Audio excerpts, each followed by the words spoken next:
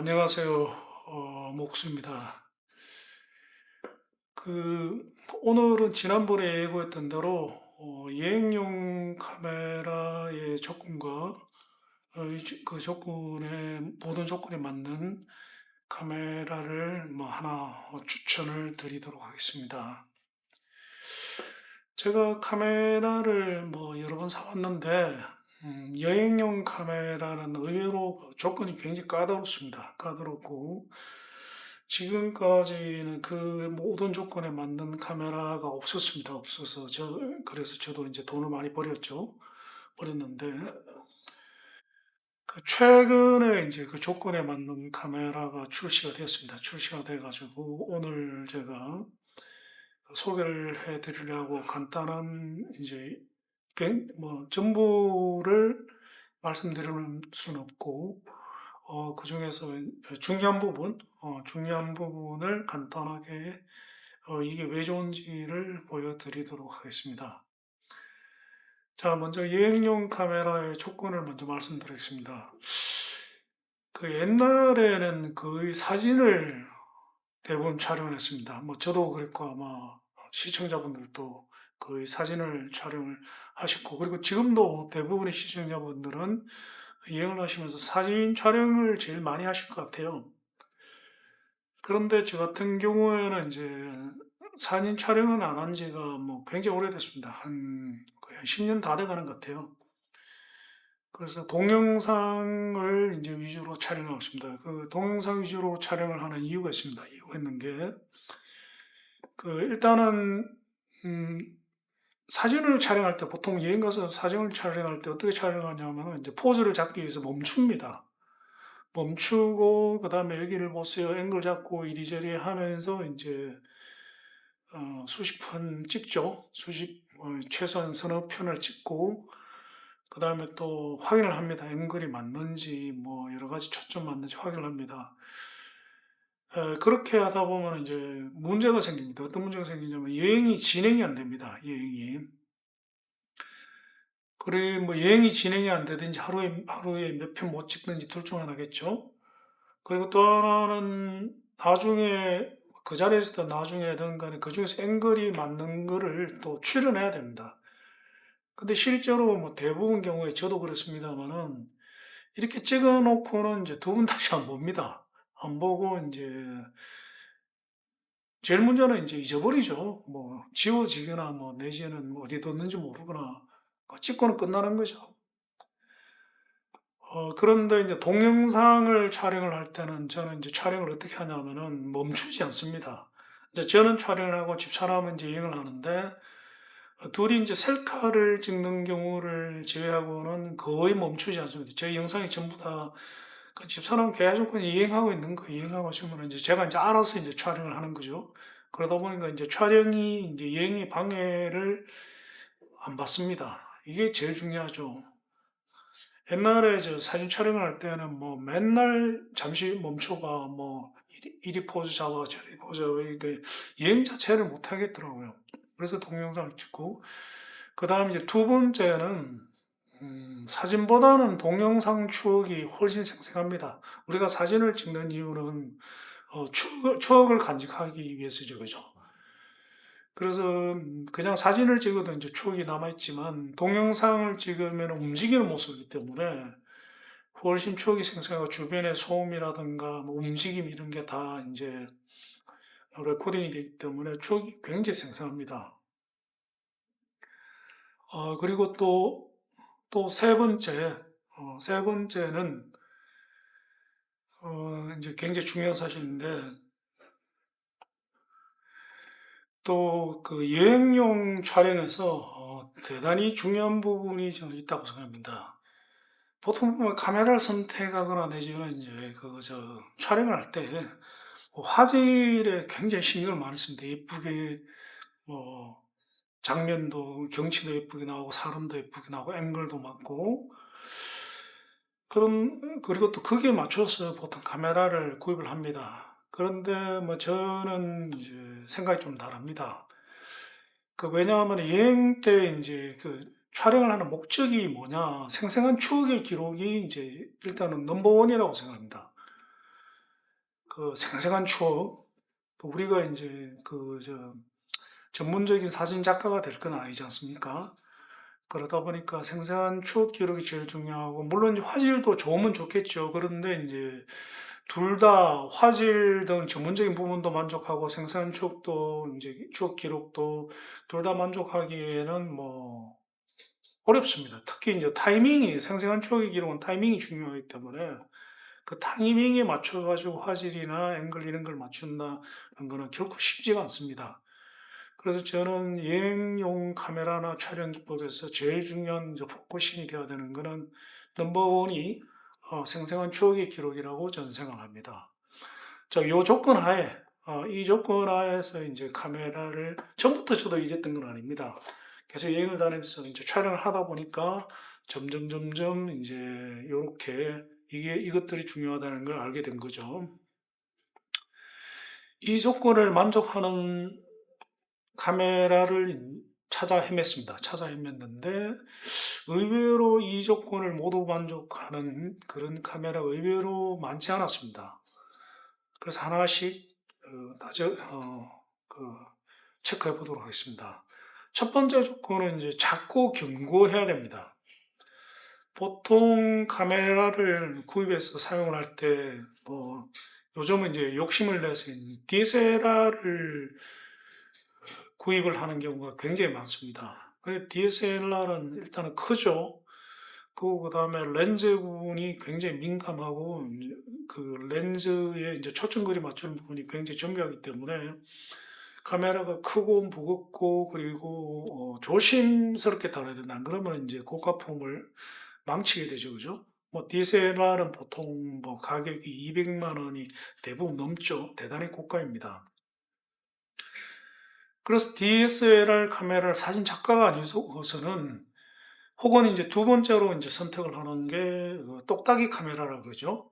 디카라 그럽니다. 보통 일반적으로 DSLR보다는 작은 거죠, 그죠?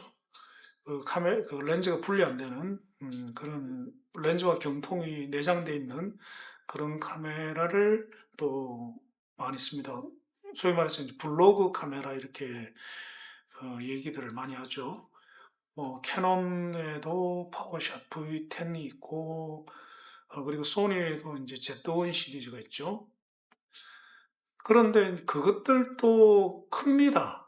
크기 때문에 여행을 다닐 때는 특히 도보로 막 관광지를 구경할 때는 뭐 호주머니에 뭐 지갑도 있고 스마트폰도 있고 뭐 손수건 하나쯤은 있고 뭐 이것저것 많은 판국인데 거기에다가 다시 또 카메라를 따로 가지고 다니는 거는 대단히 불편하고 굉장히 신경이 많이 씁니다. 혹시 부서질까 싶어가지고. 그래서 목에 걸고 다니면 또 불편하기도 하지만 이제 목이 아프죠. 심지어는 이제 목 디스크가 걸리기도 합니다. 그래서 제일 좋은 거는 이제 작고 견고해가지고, 작고 견고해서 그냥 호주머니 안에 한 손에 쏙 들어가고 호주머니 안에 쏙 넣을 수 있는 사이즈가 제일 낫습니다. 지금 이제 제가 두 가지를 들고 왔는데 이거는 이제 배터리 이, 이, 이, 이 카메라의 보조 배터리이기 때문에 얘는 이제 옆으로 밀어놓으면 이 두 카메라인데 이제 둘 다 이제 보시다시피 이렇게 손바닥 안에 올라옵니다. 이렇게. 이런 거 같은 경우는 손 안에 이제 쏙 들어옵니다. 쏙 들어오기 때문에 호주머니 넣어 다니면 됩니다. 그리고 또 하나 또 이게 작아야 되는 이유 중에 하나가 작아야 되는 이유 중에 하나가 이 카메라를 DSLR이나 큰 카메라를 똑딱이도 마찬가지입니다. 큰 거를 들고 이렇게 찍으면은 주위 사람이 보기에 촬영을 하고 있다는 게 보이죠, 그죠? 보이고 그럼 좀 내 측에서는 부끄럽죠. 부끄럽습니다. 그리고 또 어떤 부작용이 있냐면은 의외로 그 촬영되는 거를 싫어하는 분들이 굉장히 많으세요. 그 식당이 됐든 어디가 됐든. 근데 사실은 나는 상대를 찍고 있지 않는데, 내 식당에서는 뭐, 그 음식물을 찍고 있는데, 뭐 찍지 말라 그러는 경우가 있어요. 뭐, 그리고 뭐 자기를 찍지 않는데도 뭐 이렇게 운전사를 찌푸리시는 사람들이 의외로 많습니다. 그래서 조용하게 찍는 기에는 작은 카메라가 훨씬 유리합니다. 그리고 또 그 여분의 배터리도 작아야 됩니다. 어떤 카메라는 여분의 배터리가 크죠. 크고 그래서 여분의 배터리도 작아야 됩니다. 얘 같은 경우에는 이제 이 카메라의 여분의 배터리인데 보시면 이게 배터리 충전기입니다. 충전기 케이스인데 이 안에 보면 배터리가 있는데 굉장히 작죠. 굉장히 작습니다. 굉장히 작기 때문에 그냥 이렇게 해가지고 그냥 호주머니에 들어갑니다. 그래서 저는 얘하고 얘를 카메라를 호주머니 이제 오른쪽 호주머니에 쏙 넣고 다니면 되죠. 그래서 언제든 꺼내서 촬영할 수가 있습니다. 그리고 또 하나 이제 견고한 부분에 있어서 견고한 부분에 있어서 또 이제 짐벌이 없는 게 좋습니다. 얘 같은 경우에는 이제 작고 작지만은 이게 짐벌 얘가 있습니다. 얘가 이렇게 돌아갑니다. 이렇게 돌아가기 때문에 굉장히 신경 쓰입니다. 이게 굉장히 굉장히 신경 쓰입니다. 그래서 요즘은 제가 이 카메라를 잘 사용을 안 합니다. 그래서 짐벌의 기능은 되게 좋지만 짐벌 때문에 이제 이렇게 고장 날 수도 있습니다. 보통 고장이 뭐 의외로 견고하게 만들어놨지만 그래도 신경이 엄청 쓰입니다. 그래서 짐벌이 없는 카메라가 좋습니다. 그래서 제일 중요한 거는 여행용 카메라 조건에서 제일 중요한 건 작고 견고해야 된다. 이게 가장 중요하다고 생각해요. 우선순위 1위라고 저는 생각합니다. 그 다음에 우선순위 2위는 신속하게 촬영이 가능해야 됩니다. 여행을 하다 보면은 이제 순간적인 장면들이 굉장히 많습니다. 갑자기 뭐 해가 떠오른다든가, 내지는 갑자기 사슴이 한 마리가 나타났다든가, 그러면은 즉각 촬영을 해야 되는데, 그 카메라는 이제 파워가 꺼져 있는 상태가 되겠죠. 왜냐하면 파워가 켜져 있으면 배터리를 먹기 때문에 촬영하지 않을 때는 파워를 끊었죠. 그 파워가 꺼진 상태에서 촬영 버튼을 누른 즉시 바로 이제 촬영이 돼야 됩니다. 이게 제가 생각에는 이게 1초 미만이어야 된다고 생각합니다. 조금 이따 이제 시범 보이겠습니다. 이게 1초, 왜냐하면 한 3초 정도 되면 너무 느려요. 3초 정도 되면 사슴은 지나갔습니다. 그 중요한 장면이 지나갔어요. 그런데 대부분 카메라들이 최소 3초에서 심지어는 5초, 심지어는 막 30초 이상입니다. 그래서 신속한 촬영이 제 생각에는 엄청나게 중요한 것 같습니다. 이 신속한 촬영이 안 되면은 파워 꺼진 상태에서 촬영 버튼을 누르자마자 바로 1초 내에 촬영이 되지 않으면은 뭐 중요한 장면 다 놓칩니다. 이건 또 부피하고도 관계가 있죠. 부피가 크면은 뭐 꺼내고 목에서 이제 걸고 있는 경우는 목에서 꺼내고 뭐 뚜껑 열고 이러면서 시간 다 갑니다. 그 가장 좋은 거는 오른쪽 호주머니에 상의 호주머니에 넣어놓고 이제 손에 딱 쥐고 있다가 호주머니 속에서 중요한 장면이 있으면 바로 끄집어내면서 바로 촬영 버튼 누르고 즉시 촬영이 되는 게 굉장히 중요하다고 저는 생각합니다. 이 부분을 만족하는 카메라가 정말 정말 없었습니다. 여태까지는 없었습니다, 이게. 최근에 이제 출시가 된 거죠. 그 다음에 이제 또 세 번째 중요한 거는 배터리가 오래 가야 됩니다. 배터리가. 고해상도 모드에서 배터리가 오래 가야 됩니다. 4K 뭐 60프레임 모드에서. 이 부분 역시 그 만족하는 카메라가 나온 지가 불과 1년 정도밖에 안 됩니다. 다른 카메라들, 오늘 제가 소개시켜드리는 카메라, 다른 카메라들은 1시간을, 고해상도로 1시간을 촬영할 수 있는 카메라가 거의 없습니다. 그 1시간이면 충분하다고 생각하지만 실제로는 그렇지가 않습니다. 그 연속으로 1시간을 촬영할 일은 있겠지만 끊어 촬영을 하다 모으면은 순식간에 1시간이 지나갑니다. 그러면 중요한 장면 찍고 있는데 지금 배터리가 나가버리죠, 그죠? 그런 경우가 비일비재합니다. 그래서 배터리가 충분하게 있어야 됩니다. 그래서 제 생각에는 배터리 한 개로 최소 이제 2시간 이상 촬영이 가능해야 된다고 생각합니다. 그러면은 이제 그 배터리 사용량이 이제 얼마 안 남았을 경우에 보조 배터리로 이제 배터리 교체를 하면 되죠, 그죠? 그래서 이거는 최소 2시간 이상 촬영이 연속으로 봤을 때 최소 2시간 이상 촬영이 가능해야 된다고 생각해요. 3시간이면 더 좋고 4시간이면 더 좋죠. 그리고 배터리가 고속 충전이어야 됩니다. 배터리가. 뭐 배터리 하나 충전하는데 뭐 1시간씩 2시간씩 걸리면은 그 굉장히 힘들죠. 그죠? 왜냐하면은 촬영하다 보면은 배터리가 부족하면은 할 수 없이 자동차나 어디 가서 즉시 충전해야 되는 경우가 많이 생기죠. 요즘 충전은 또 전부 이제 USB-C로 거의 통일되다시피 해서 별도로 얘기하지 않겠습니다. 그 다음에 또 중요한 부분이 뭐냐면은, 어, 촬영 중에 충전이 가능해야 됩니다. 어떤 경우였냐면은, 배터리가 얼마 남았는 줄 모르고 중요한 장면을 여행하다가 이제 굉장히 중요한 장면을 촬영하기 시작해서 했는데, 배터리가 깜빡깜빡거리는 거예요. 그러면 배터리를 교체하기 위해 가지고 카메라를 끄고 새 배터리를 교체하기 이런 동안에 이제 장면 다 지나갑니다. 다 지나가기 때문에 그때는 바로 이제 보조 배터리, 뭐 대용량 보조, USB 이제 보조 배터리는 다 가지고 다니죠. 보조 배터리로 USB 케이블을 연결해서 즉시 충전을 계속 할 수 있어야 되죠. 그 부분에 있어서 제 생각에는 이제 최고의 카메라는 이겁니다. 오즈모 포켓3죠.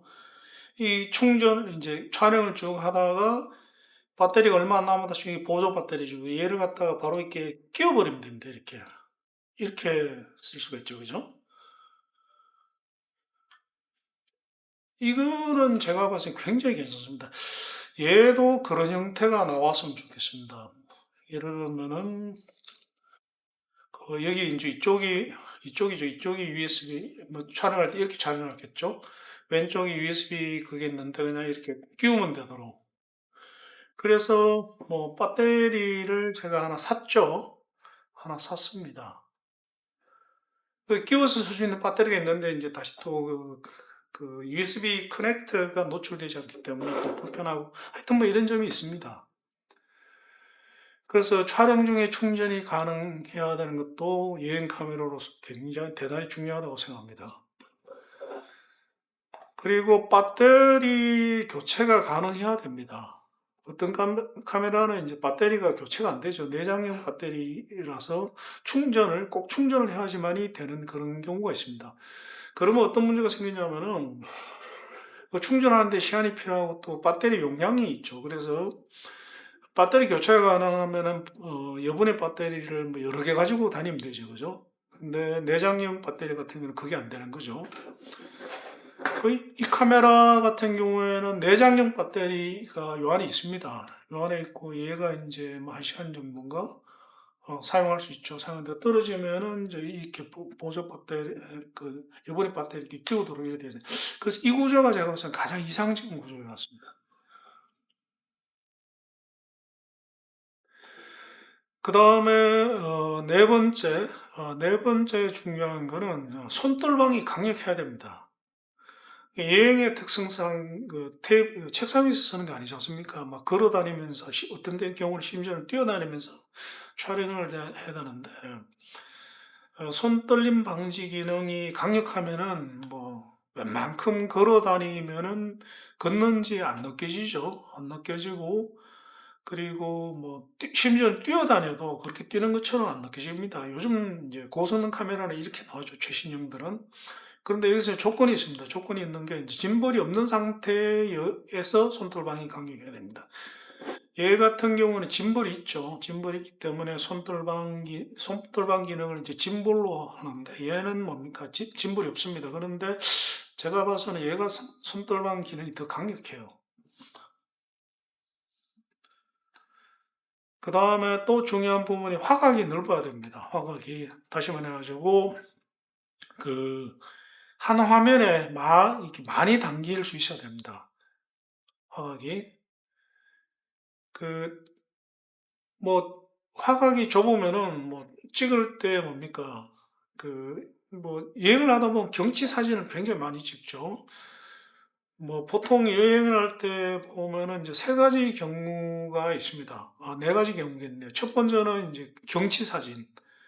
뭐 강변을 이렇게 보면서 경치를 찍는다든가 이 경우가 있고, 두 번째 경우는 실내에서 이제 촬영을 하는 경우에 실내에서 실내에서 촬영을 하는 경우죠. 그 실내에서 촬영하면은 그 실내 전체가 당길 필요가 있죠. 근데 이제 이게 이제 화각의 문제죠. 화각이 좁으면은 실내 전체가 안 당깁니다. 그 다음에 세 번째 경우는 셀프 카메라나 내지는 한 사람을 이제 와이프를 앞에 두고 이제 촬영을 하는 경우죠. 그러면은 그게 적당하게 그 사람이 피사체 사람이 당겨야 되죠. 이것도 다 화각과 관련된 문제죠. 그리고 이제 의외로 중요한 건 네 번째입니다. 네 번째가 뭐냐면은 이제 근거리에서 초점거리가 짧아야 됩니다. 그 근거리 예를 들면은 이제 뭐 맛있는 요리를 먹는다든가 먹방 사진이라는 거죠. 그때 식당에서 주문했는데 요리가 나오면은 그거를 뭡니까 클로즈업해서 찍을 수 있어야 되죠, 그죠? 이것도 그래서 보면은 이제 초점 근거리 촬영이 가능하면서도 화각이 넓은 카메라는 쉽지가 않은 얘기죠. 왜냐하면 반대의 개념이기 때문에. 그래서 이 부분도 굉장히 중요합니다. 그 화각에 대한 아쉬움이 남는 경우가 의외로 굉장히 많습니다. 의외로. 특히 실내에서 찍는 경우에 실내에서 찍는데 실내 전체가 당겨야 되는데 안 당기는 거죠. 안 당기는 겁니다. 또 이런 부분들을 제일 잘 해놨는 게 사실은 스마트폰에 이제 부착되어 있는 카메라입니다. 이게. 그 다음에 고화질 동영상 촬영 성능이 좋아야 됩니다. 저도 얼마 전까지는 촬영을 거의 대부분 이제 FHD로 했습니다. 1920 곱하기 1080 픽셀이죠. FHD라 그러죠, 그죠? FHD의 30프레임으로 이제 그 촬영을 했는데 제일 큰 이유는 파일 사이즈 때문이었어요. 파일 사이즈. 그랬는데 얼마 전부터 저는 이제 4K 60프레임을 이제 표준 촬영 모드로 이제 바꿨습니다. 이러면은 어, 실제로 작은 스마트폰이나 작은 화면에서 보면은 뭐 컴퓨터 모니터 이런 데서 보면은 뭐 FHD나 4K나 뭐 큰 차이 없습니다. 큰 차이 없는데 대형 TV 뭐 저희 집 같은 경우는 85인치 TV인데 4K TV죠. 대형 TV에서 보면은 차이가 어마어마하게 납니다. 머리카락 같은 경우에 뭐 4K는 머리카락이 하나 한 올 한 올이 구분이 가죠. 그 다음에 이제 60프레임, 4K 같은 경우에는 30프레임으로는 제가 봐서 무리입니다. 60프레임은 최소한 돼야 됩니다. 왜 그러냐면은 그 화면의 픽셀이 정교하다 보니까 그 FHD 같은 경우는 30프레임이라도 어른그림이 덜합니다. 어른그림이 덜하는데 4K는 30프레임으로 촬영해서 보면은 좀 머리가 아프더라고요. 두통이 나더라고요. 어른어른거리는 게 화면이 툭툭 끊기는 느낌이 듭니다. 그래서 최소 60프레임 이상이 돼야지만이 부드럽게 화면이 넘어가더라고요. 그 다음에 그 발열이 없어야 됩니다. 발열이. 이 부분이 사실 그 DSLR 카메라나 이제 고성능 디카에서 발열이 없는 카메라는 거의 없습니다. 고프로도 가장 결정적인 문제가 발열이었죠. 4K 60프레임에 그 HD264 HEVC 엔코딩으로 해가지고 발열이 없는 카메라가 거의 없다시피 합니다. 그래서 15분 찍다가 카메라가 툭 죽어버리는 거죠. 굉장히 지금 중요한 장면을 촬영하고 있는데 추억에 남는 아주 명장면을 촬영하고 있는 애기들 뭐 놀거나 이런 근데 발열이 나서 카메라가 툭 죽어버리는 거죠. 그럼 카메라가 식을 때까지 촬영을 못하는 거죠. 그리고 촬영에 맥도 끊기고 아까운 장면 다 놓칩니다. 그 다음에 촬영 시간 제한이 없어야 됩니다. 의외로 많은 카메라들이 고해상도로 할 때는 촬영 시간이 제한이 있습니다. 뭐 맥시멈 30분밖에 촬영 못하고 뭐 이런 경우가 있습니다. 그 왜 그러냐 발열 때문이에요. 그 카메라가 이제 손상이 되는 걸 방지하기 가지고 촬영 시간 제한을 걸어놓은 겁니다. 뭐 촬영 시간 제한하고 또 관계 있는 부분이 어떤 부분이냐면 이제 그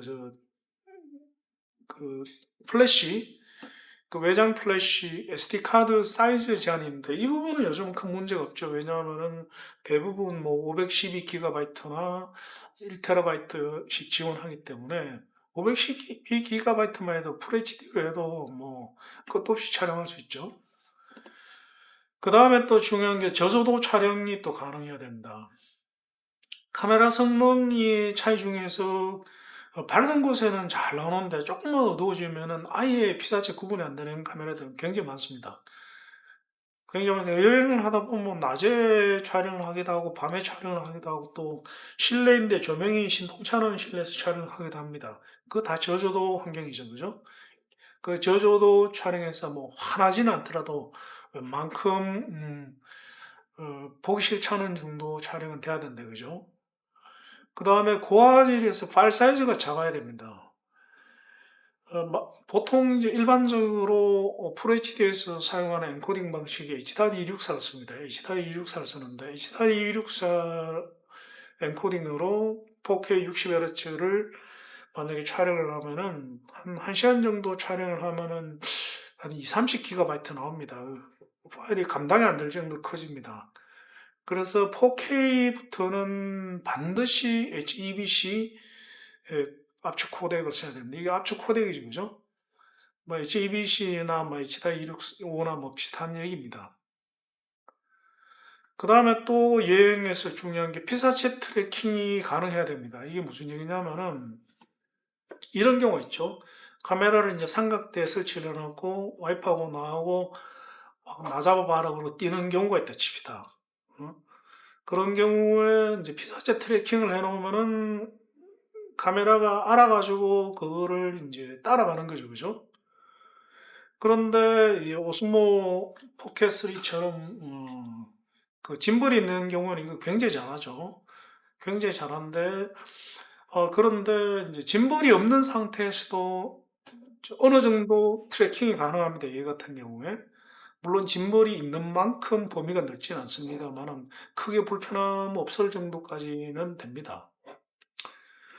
그 다음에 또 중요한 기능이 줌 기능이 이제 있어야 됩니다. 줌 기능이.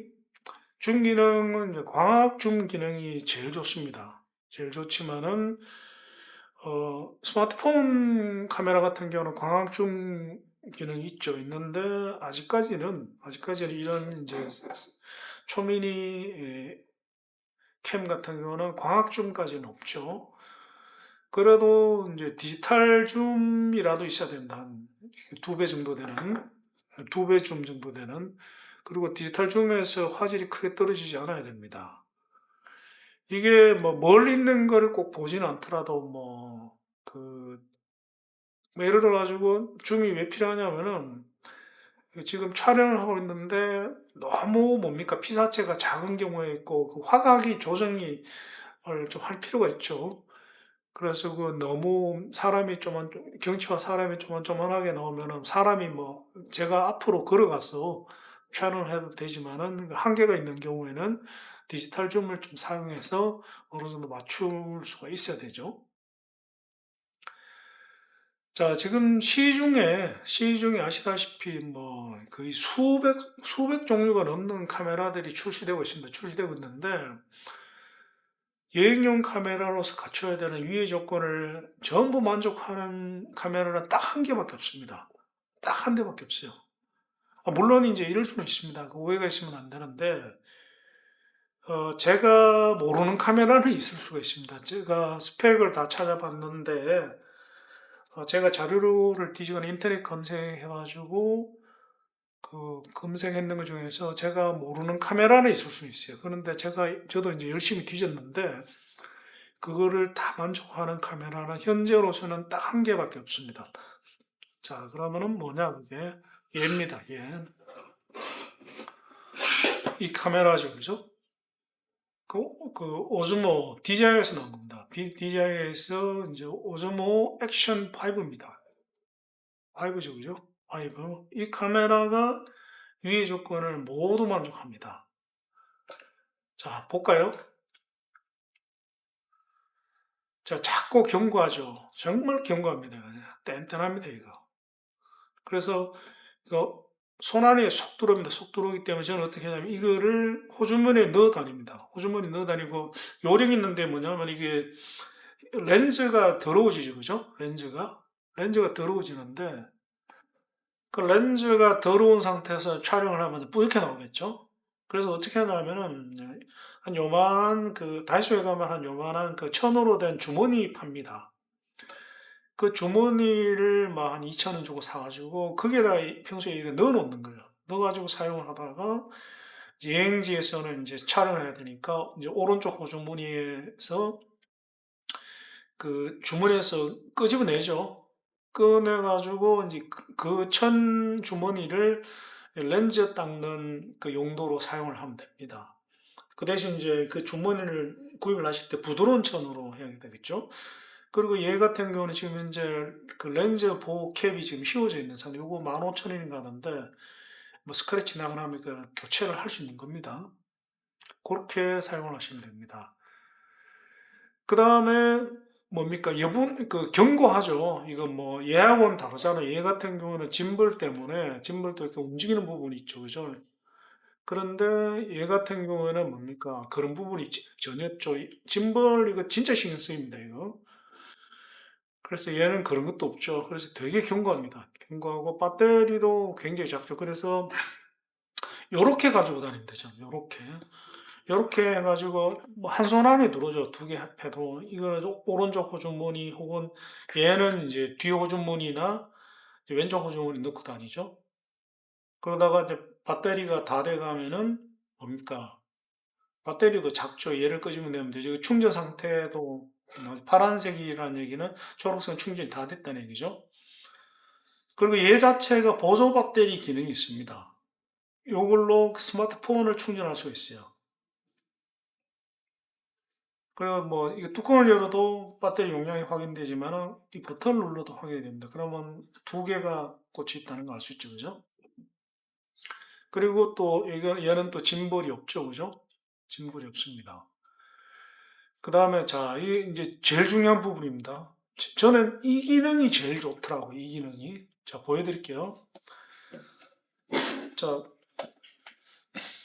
촬영이 얼마나 빠른지 보겠습니다.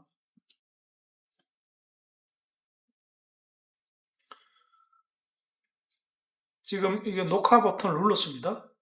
눌렀는데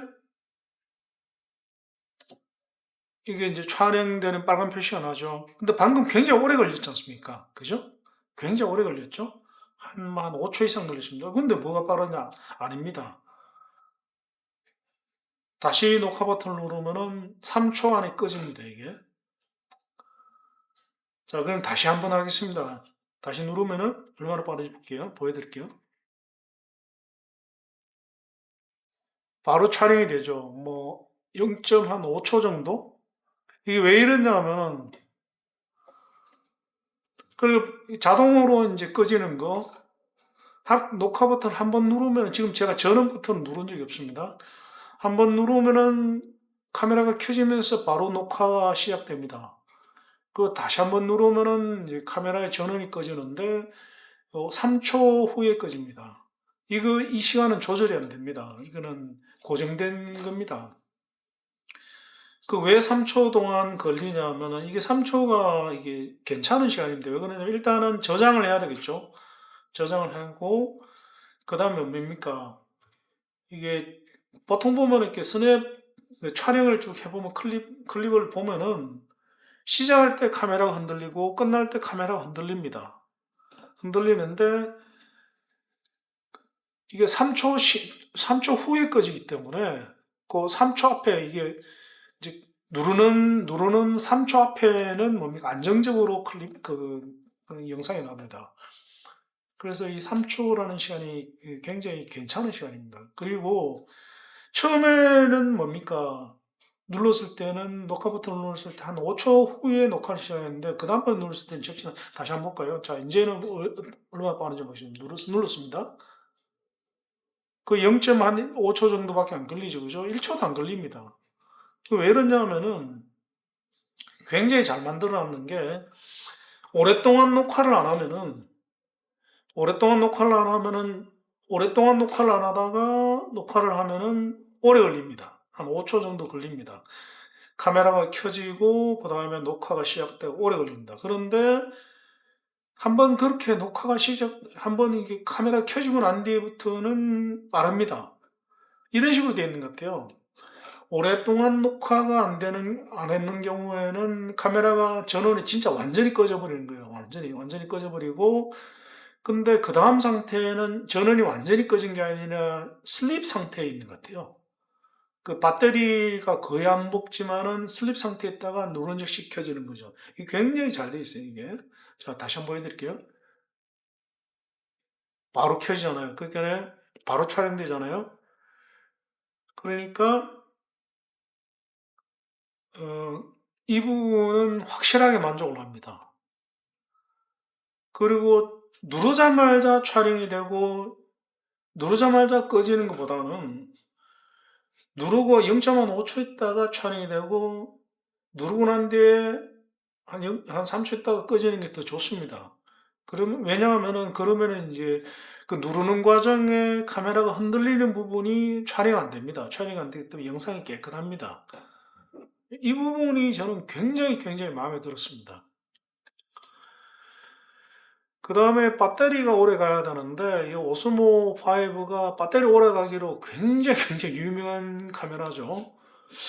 그 3시간인가 4시간 간다 그러는데 그거는 이제 가장 이상적인 경우입니다. 그렇게 하려면은 이제 뭐 그 다 꺼야 됩니다. 이게 필요 없는 기능들은 다 이제 센서나 뭐 그 네트워크는 다 끄고 그다음에 화면도 어둡게 놓고 그렇게 하면은 이제 오래 갑니다. 오래 가는데 뭐 저는 그렇게 하면 또 그 네트워크나 이런 거는 다 끄면 되는데 그 저는 화면이 밝은 걸 좋아해요. 그래서 그렇게 그걸 안 합니다. 저 뭐냐 어, 왜냐하면 그 배터리가 충분해요. 충분하기 때문에 차라리 보조 배터리, 여분의 배터리 이렇게 가지고 다닙니다. 이렇게. 이게 다니다가 그 스트레스 없이 사용하는 게 저는 굉장히 중요하다고 생각합니다. 그래서 하여튼 뭐 이렇게 가지고 다니면은 뭐 하루 종일 촬영하는데 넘칩니다. 진짜. 정말 충분합니다. 충분. 너무 괜찮아요. 그 다음에 배터리 충전 속도도 뭐 그럭저럭 나쁘지는 않습니다. 그런데 썩 좋지는 않습니다. DJI가 정말 잘 만드는데 제 생각에는 배터리 충전 속도는 제가 마음에 들지 않아요. 굉장히 느립니다. 용량에 비해서는 굉장히 느립니다. 스마트폰 뭐 갤럭시나 이런 같은 거는 용량에 비해서 충전 속도가 어마어마하게 빠르죠. 그런데 아마 제 생각에는 DJI가 기술이 없어서 그런 게 아니라 제 짐작입니다만은 아마 열이나 이런 왜냐면은 배터리가 이 안에 들어가 있는 상태에서 지금 공간이 전혀 없죠, 그죠?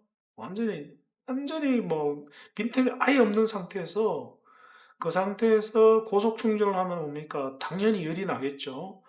그래서 아마 일부러 초고속 충전을 지원하지 않지 않느냐라는 생각이 듭니다. 그 얘도 뭐 충전 속도가 빠르다 그러는데 마음에 썩 들지는 않습니다. 그게 아마 제 생각에는 일부러 그렇게 해놓은 것 같아요. 그 다음에 촬영 중에 이제 충전이, 이것도 촬영 중에 충전이 가능합니다. 이렇게 열어가지고, 뭐 어떤 분들은 이거를 아예 빼놓고 다니시는 분들도 계시죠. 근데 저는 뭐 그러지는 않습니다. 이게 빼놓고 다녀도 상관없습니다. 이게 충전할 수가 있죠. 저는 보조 배터리, 여분의 배터리를 쓰는 게 훨씬 유리하다고 생각하기 때문에,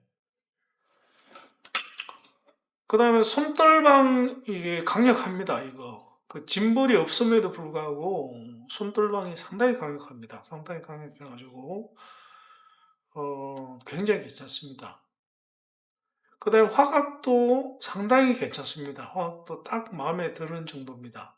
초점거리도 굉장히 짧습니다. 한번 볼까요? 얼마나. 자, 보십시오. 지금 아주 클로즈업에서 찍어도 뭐 괜찮습니다. 먹방 찍을 때 예를 들면 이렇게 찍죠, 그죠?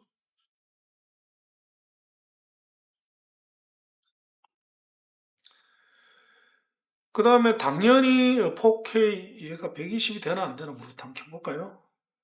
네.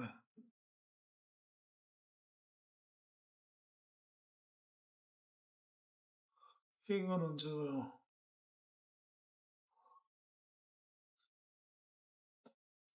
자 보십시다. 4K 120이 되네요. 4K 120까지 가능합니다. 뭐 저는 뭐 60 이상은 안 쓰기 때문에. 근데 120이 이제 해놓으면은 이제 그 편리하죠. 나중에 그저 슬로우 비디오 모드로 한다든가 이런 경우에 가지고. 자, 그 다음에 음, 뭐 피사체 트래킹도 얘는 꽤 잘 됩니다. 그게 짐벌이 없음에도 불구하고. 그렇다고 뭐 오즈모 포켓처럼 그 트래킹 영역이 아주 넓지는 않습니다. 그렇지만은 뭐 이만하면 괜찮습니다. 그 다음에 이제 광학중 기능은 없지만은 디지털중 기능이 있습니다. 그건 2배까지 됩니다. 그리고 화질이 나쁘지 않습니다. 저는 만족합니다. 그래서 제 생각에는 이 카메라가 현재 나온 모든 카메라에서 그 여행용 카메라로서는 가장 저는 괜찮다고 생각합니다. 저는 정말 마음에 듭니다. 자, 그러면 이거를 이제 구입을 할 때, 광고 아닙니다. 저는 이게 제 돈 주고 샀어요. 구입을 할 때 저는 모르고 자꾸 뭐 그 유튜브 보면은 뭐 그 뭡니까 스탠다드 콤보 사라고 돈 아깝다고 뭐 그러는데 그 유튜브 그 영상 올리시는 분들 좀 그 진짜 신중하게 올려줬으면 좋겠어요. 그 정보가 이제 돈 버는 정보가 되지 돈을 잃는 정보가 돼. 이 카메라를 쓰면은 이거 무조건 사야 됩니다. 이거 무조건 사야 돼요.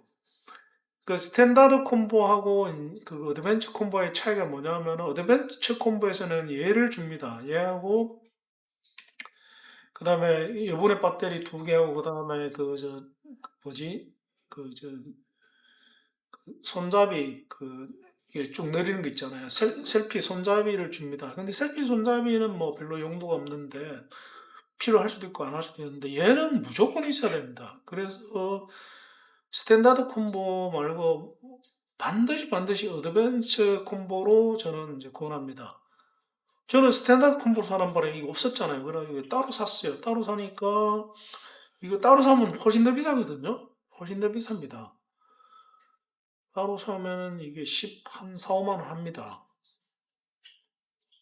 그래서 훨씬 어드벤처 콤보가 훨씬 저렴합니다. 가격이. 왜냐하면 얘를 주기 때문에. 그 다음에 이제 동영상, 4K 동영상, 4K가 아니라 풀 HD도 마찬가지입니다만, 동영상 촬영에 대해서 나오면은 꼭 이제 우리 스트레스가 뭐냐면은, 동영상 파일, 그 거대한 파일을 어디에 보관할 것인가가 문제죠. 4K 60Hz로 촬영을 하면은 뭡니까? 1시간이면은 동영상이 10한 2GB 정도 나오죠. 작은 사이즈 아닙니다. 근데 뭐 실제로 이제 촬영을 할 때는 완성본은 12기가 1시간이지만은 1시간짜리 촬영을 하기 위해서는 보통 이제 뭐 한 두세 시간 걸리죠. 두세 시간 분량 촬영을 하고 편집해서 1시간으로 나오죠. 그러면은 뭐 한 번 촬영하는데 4, 50GB씩 나옵니다. 그래서 그거를 뭐 노트북이나 뭐 PC나 이런 데 넣으면 검색 차버리죠. 검색 차버리기 때문에 이제 두 가지 방법을 저는 추천합니다. 첫 번째 제일 좋은 거는 근본적인 해결책은 나스입니다. 나스. 나스가 뭐 제일 좋습니다. 나스가 제일 좋은데 그 나스가 이제 몇 개 회사에서 출시하고 있지만은 시놀리지 나스가 뭐 답입니다. 제가 봐서 선택의 여지가 없습니다. 이 시놀로지 나스가 비싸다 보니까 자꾸 딴 거 사는데 딴 거 사면은 괜히 돈만 낭비합니다. 결국은 버리고 시놀로지 나스를 사게 돼 있더라고요. 그 나스에 보면은 하드디스크가 몇 개 들어가냐에 따라 가지고 2배, 4배, 8배 이렇게 얘기를 하죠. 그죠? 2개 들어가고 4개 들어가고 8개 들어가고. 뭐 저는 그 8개짜리를 씁니다만은 이건 너무 비싸죠. 이거 뭐 이게 한 300만 원이 넘죠. 그래서 뭐 이거를 일반인이 살 수는 없는 문제고 그러면 이제 2배 아니면 4배인데 그 원베이도 있습니다. 원베이도 있는데 원베이는 결코 권하지 않습니다. 왜냐하면은 백업을 할 수가 없잖아요. 백업의 이제 대원칙은 뭐냐면 반드시 다른 하드디스크에다가 백업을 하는 거예요. 그게 이제 백업의 정석입니다. 백업은 반드시 물리적으로 다른 하드에 하는 게 정석이에요. 근데 원베이 같은 경우는 백업이 안 되잖아요. 그래 깨지면 다 날아가는 거예요. 그래서 투베이를 해가지고 이제 똑같은 하드디스크 똑같지 않아도 뭐 상관없습니다. 저는 뭐 똑같지 않은 거 사용합니다. 나중에 기회가 있으면 나스에 대해서 제가 컨텐츠를 올리겠습니다. 그때 자세하게 말씀드리겠지만 그 하드디스크 두 개를 사용해 가지고 한 개는 백업으로 쓰면 됩니다. 그러면 한 개 하드디스크가 파괴됐을 경우에 나머지 한 개로 그 데이터는 보존되죠. 그 다음 포베이는 더 좋습니다. 포베이를 해놓으면은 이제 한 개를 이제 그 시스템 디스크를 쓰고 뭐 시스템 디스크는 날아가도 상관없죠. 나머지 이제 세 개를 백업으로 쓰면 되죠. 이게 왜 포베이가 투베이보다 왜 월등하게 좋냐 하면 일단은 가격 차이가 뭐 심하게 나지 않습니다. 한 투베이가 50 몇만 원이면은 뭐 포베이는 한 80만 원 정도, 한 30만 원 더 주고 이거 사는 게 맞아요. 이게 언제 요긴하냐면은 뭐 백업 디스크가 가득 찼을 때 디스크에서 채워내면 되죠. 새로운 거를. 그런 것도 그런 거지만은 이제 백업을 옮기고 뭐 이렇게 해야 되는 경우가 있습니다. 새로 뭐 하드 디스크를 있던 걸 아예 빼내고 다른 걸 넣고 이럴 때 그때 이제 투베이밖에 없으면 이제 피해 다닌다고 이제 시급합니다. 그런데 이제 포베이 되면은 이제 굉장히 작업이 굉장히 편해집니다. 뭐 8베이 되면 더 좋죠. 형편되면은 당연히 8베이가 베스트입니다. 저는 8베이 사용했습니다. 돈을 꼭 아껴야 된다 이러면 2베이를 쓰시겠지만 가급적이면 4베이를 저는 추천드립니다.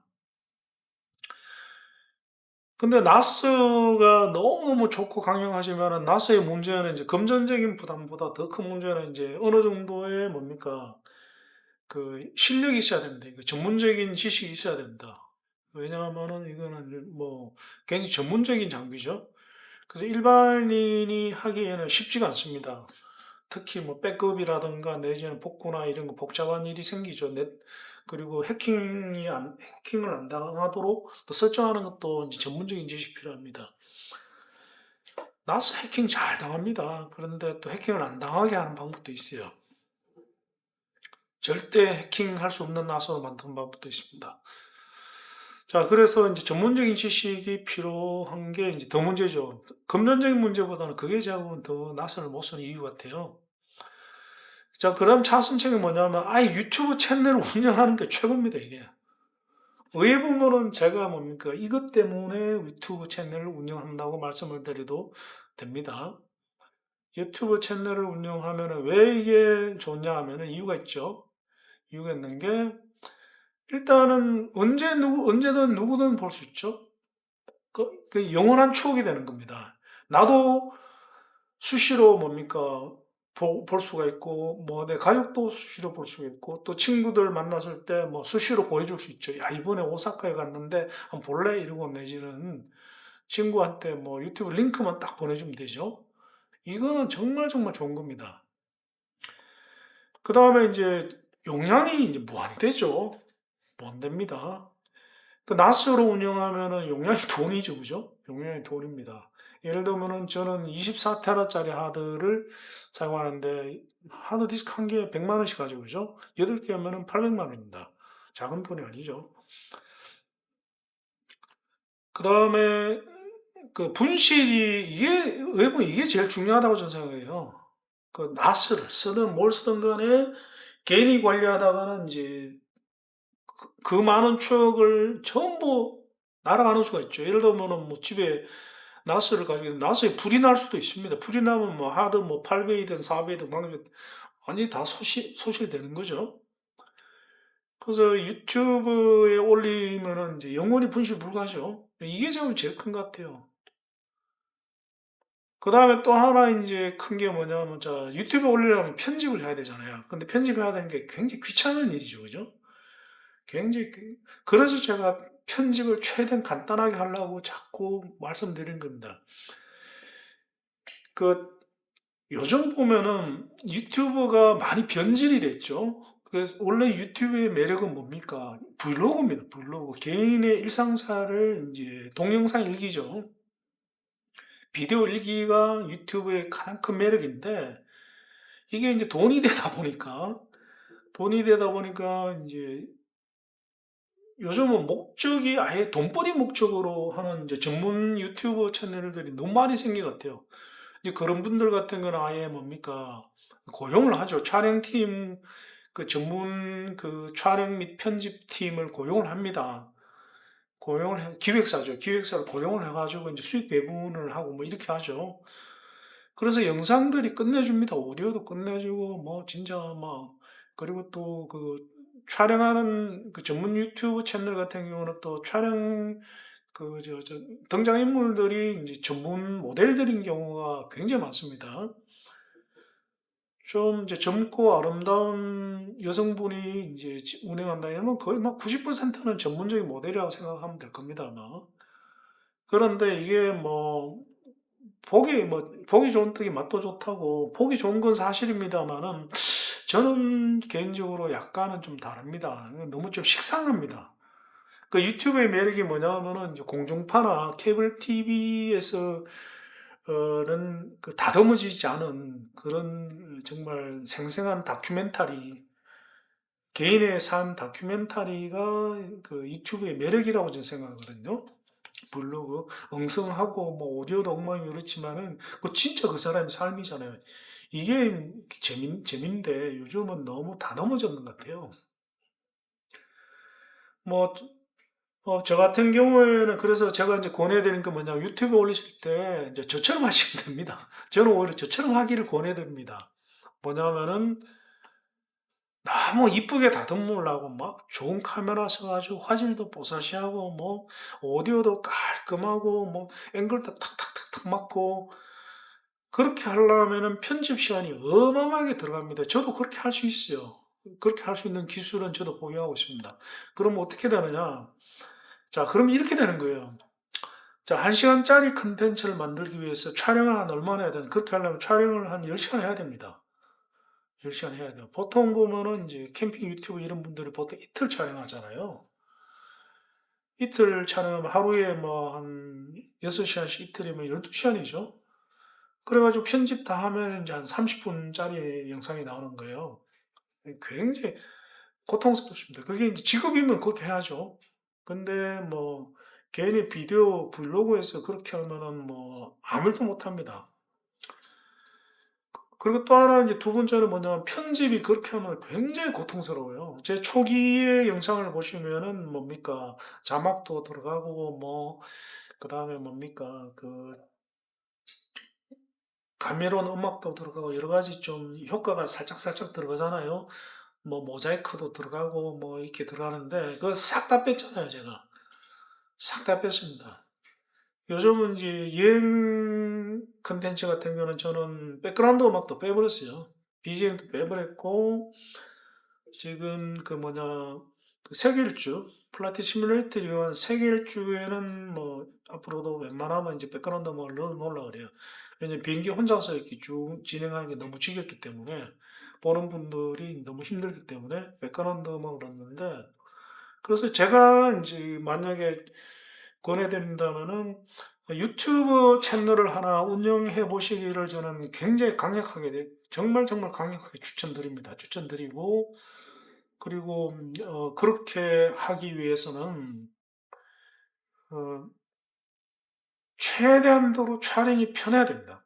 저는 요것만 딱 가지고 다닙니다. 요것만 최대한 촬영이 정말 편해야 돼요. 그리고 편집도 거의 없다시피 해야 됩니다. 요즘은 제가 이제 점점 게을러져 가지고 어떻게 하냐면은 1시간짜리 촬영을 하잖아요. 전에는 1시간짜리 촬영을 하면 편집을 최소한 1시간을 했거든요. 장면을 다 확인을 했었어요. 특히 오디오를 확인을 다 했습니다. 근데 요즘은 그것도 귀찮아가지고 그렇게 안 합니다. 1시간짜리 촬영을 하면은 요즘은 컨텐츠를 어떻게 올리냐면은, 편집하는데 한 10분 정도밖에 안 걸립니다. 그 대신 이제 찍을 때 되게 조심합니다. 그 찍지 말아야 될 거를 안 찍도록 하고, 그다음에 오디오도 말할 때 이런 데도 보면은 그 말조심을 굉장히 많이 합니다. 쓸데없는 노이즈 안 들어가게. 그러면은 확인할 필요가 없잖아요. 근데 아무 생각 없이 촬영을 하면은 그거 뭡니까? 찍지 말아야 될 거를 갖다가 다 편집해서 잘라내야 되기 때문에 그 확인 일일이 다 해야 돼요. 그래서 제가 권해드린다면은 뭐 너무 그렇게 막 그 차이가 어디에서 나오냐면은 그 남에게 보여주기 위한 컨텐츠와 굳이 남이 봐도 그만 안 봐도 그만인 컨텐츠의 차이라고 저는 생각합니다. 저는 뭐 봐주시면 감사하죠. 그리고 그 제 영상을 봐가지고 거기서 많은 정보를 얻었다고 도움이 됐다면 더 감사하죠. 더 감사하지만은 찍거나 제가 편집을 다시 컨텐츠를 만들 때 촬영하거나 편집할 때는 저는 완전히 고려를 아예 안 합니다.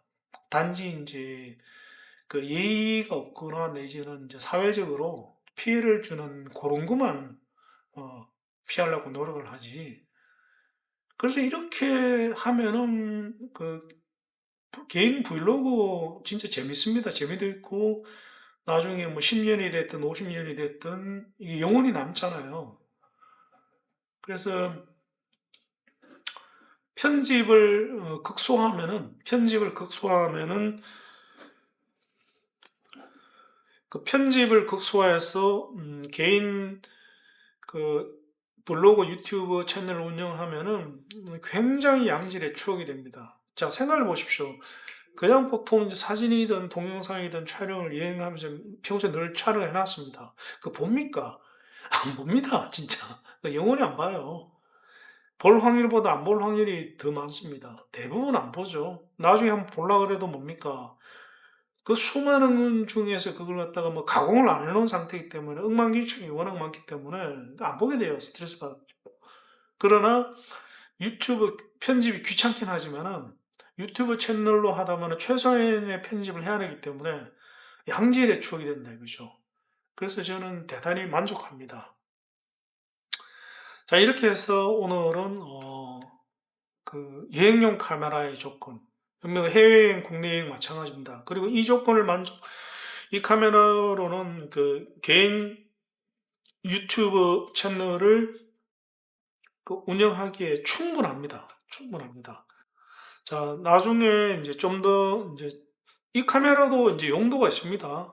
여행용으로는 얘 하나면 충분한데 그 브이로그를 이제 다양한 장르의 그냥 일반 생활 브이로그로는 얘 하나면 충분합니다. 그 유튜브로는. 그런데 이제 어느 정도 좀 다양하게 뭘 물건을 만다든가 뭐 먹방을 한다든가 내지는 저처럼 이제 목공을 한다든가 이런 거 다양하게 이제 다양한 장르의 유튜브를 운영하려면 얘 하나만 가지고는 안 됩니다. 다른 카메라 얘도 필요합니다. 예. 다른 용도로 있어야 되고 지금 현재 이 영상을 촬영하는 카메라는 뭐냐면은 이제 훨씬 이제 전문적인 겁니다. 소니 AX700을 사용하십니다. 그 가정용 캠코더 중에서는 최상위 모델 여기서 이제 넘어가면 이제 1000만 원 단위로 확 올라가죠. 예, 이 카메라도 또 필요합니다. 그래서 저는 이제 세 개의 카메라를 사용합니다. 소니 AX700과 얘와 그다음에